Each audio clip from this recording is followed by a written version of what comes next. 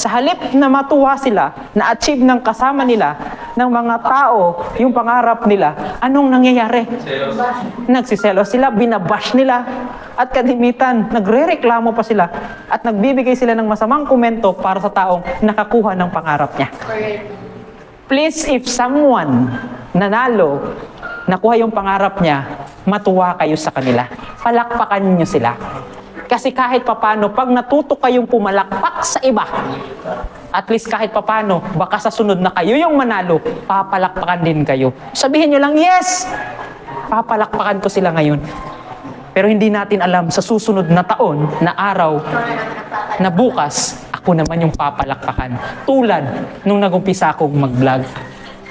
Walang nakikinig sa akin.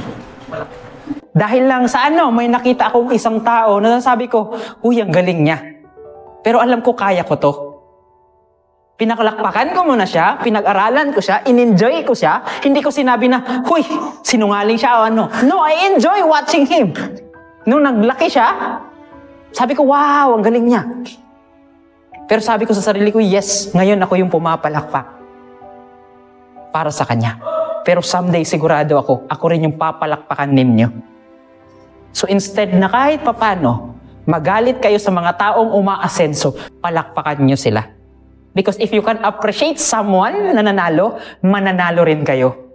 Basta you are willing to do kahit papano yung mga bagay na dapat nyong gawin.